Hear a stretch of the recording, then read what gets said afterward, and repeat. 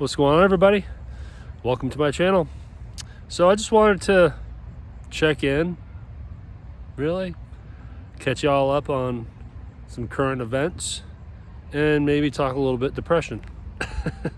I certainly love talking about depression, right? So I am sitting outside on the edge of my complex. It's a beautiful day. In the sun. It's probably 80, low 80s. Here in the shade, high 70s. Beautiful. So that's good. Last week was a huge week for my daughter. It's one of those deals where now that she's in high school, extracurricular after-school activities are starting to get more prevalent. And last week was no exception. So last week was homecoming week for the football team, high school football. For those of you that don't know, my daughter is 14 and a freshman in high school, and she sings in the choir. And here, the choir group is called Hernando Singers because that's the city we live in. So clearly, being part of the choir, they're going to be part of the homecoming week. So for the 2 weeks leading up to last Friday, as I record this, which was homecoming game, the different classes and other groups were putting together floats for the parade. So Skylar could have been in the freshman group to do the freshman float, or volunteer and work on the float for the choir group. And that's what she chose. And that was a smart decision because that's what she loves, and that's the kind of people she loves hanging out with. You hear the term band geeks. That's unfair, but there's a certain personality of the kids in band. The same thing with choir. They're all creative, more alternative students. They're all good-hearted kids that are more kind, I guess, to each other. So that's those are her people, and she decided to work on that float. So over a series of 2 weeks, it was Tuesday after school 4 to 6, and then Thursday 4 to 6, and then maybe a Saturday, and so that added to the schedule. Plus, the choir was preparing to sing the national anthem at the game, so that put some extra work on her. Add in the fact that she had typical appointments like therapy. She sings in a community group here in the county called Coa Rio. So she's part of that choir group that meets every Tuesday. A lot going on, but it was the creation of the float that really maxed out the hours of last week. Of course, then the parade was Thursday. That was a special moment. My mother and I were sitting on the side of the street in camping chairs, and the parade goes down the main street of Hernando, which is a really quaint area. It's a narrow street, so it's very intimate. You're right there as they drive by. And to see Skylar, she wasn't on the float. She was walking next to the float throwing candy. Just the coolest. It was great to see. So that was a big day. And then the next night, her and her choir group, the entire choir class and the whole high school choir class, sang the national anthem. Special times. Good stuff. With that said, leading into this weekend, the one we just had, it was perfect excuse to chill, right? And just hang out and have a relaxing weekend. Well, anyone out there that suffers from depression and anxiety knows there's no such thing as a chill weekend. And I fell on that trap again. And when you have some free time and you are legitimately tired and you do legitimately need to rest because you had a legitimately busy week, all good, all understood. But as I've talked about in the past, it's all about how you spend that free time. And I've mentioned in past episodes of my podcast, maybe even a video on here, my happy place when I need a mental health day is the zoo. Love the zoo. Well, this weekend I didn't go to the zoo. I sat on my couch, watched TV in a darkened living room, relaxing, right? So that was mistake number one.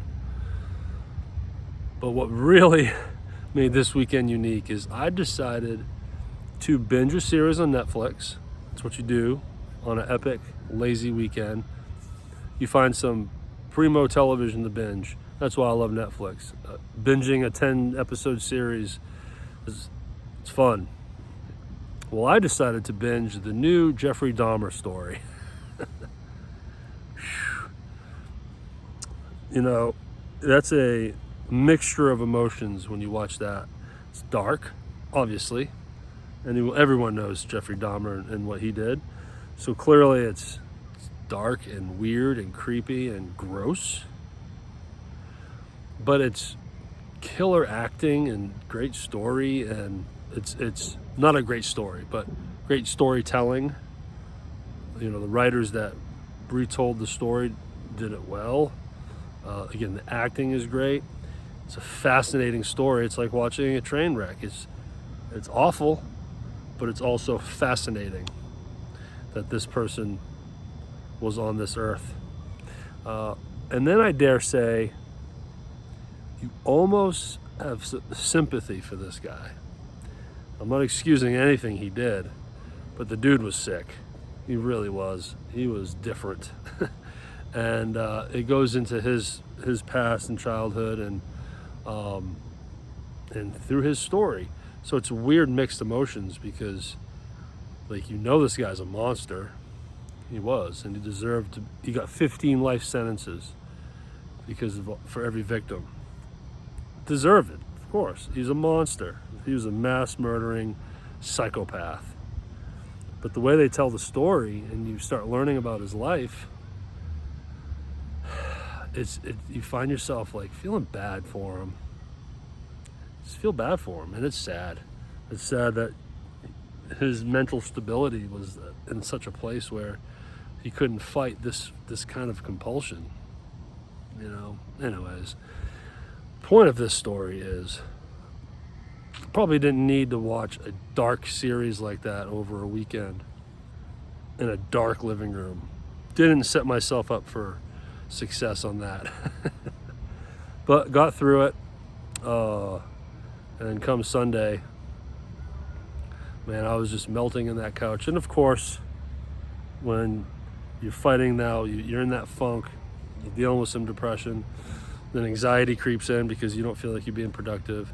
And then I eat like crap. You know, I ate like crap all weekend. But luckily, I'm still pretty steady. I'm very steady with my trainer, working out at minimum twice a week with him. Try to add a third day in there where I go for a walk on the treadmill or something. So I have some flexibility on having, fun with food, but it's all about getting back on track. When I come off a weekend like that, it takes a minute. And Monday was brutal. Monday was just like walking through quicksand, and it's that hangover of just sitting in filth all weekend. Not literally, but just sitting in that funk and not pulling yourself out of it for 48 hours. It's hard to come out of that. It's like a hangover. But I got it together and got refocused and threw myself right back into work. And as anyone that's been following me knows, I'm building a podcast studio here in Hernando, and it has been quite the journey. Getting very close to being done. I just still need to work on cameras and lighting and figuring that out. The video aspect of the studio is still a work in progress. But aesthetically, everything's in place. The recording equipment's all dialed in. I got sound panels that look really pretty on the wall now. Everything is in place. Just now I need a logo to go above my desk, on the wall above my desk, and frame my business license and zoning permit, and put those on the wall. Then I'm done. then I'm done. And I'm gonna do another ribbon cutting when that time comes and do a real launch and, you know, start that next phase. 2023 is gonna be a good year. A lot of ideas as I'm planning what to do for next year. Anyways, I hope y'all had a good weekend, and I hope to check in more often, and it'll make it easier for me to catch up with you because there's so many other things that I haven't talked about yet. But thanks again, and if you find yourself isolating and hiding in your apartment and drawing the drapes and darkening the room, you know, be careful. You need to relax. People need to chill. I get it. But don't get trapped. Don't get sucked in and do it for 2 to 3 days straight. That ain't healthy for anybody. Get up, force yourself out of the house, and go for a walk. Get some vitamin D. And if you find yourself going back in for the rest of the day, well, at least you did something. But there's also that chance that you just, by breaking through and going for that walk and getting some vitamin D, that might be just the little nudge you need to get motivated. Be like, you know what, I'm not sitting in this apartment. I'm gonna go take a shower, and I'm gonna go do an errand, get something done, accomplish something, go do some groceries, just do something. So be careful, don't fall into the trap. All right guys, talk to you later. Bye.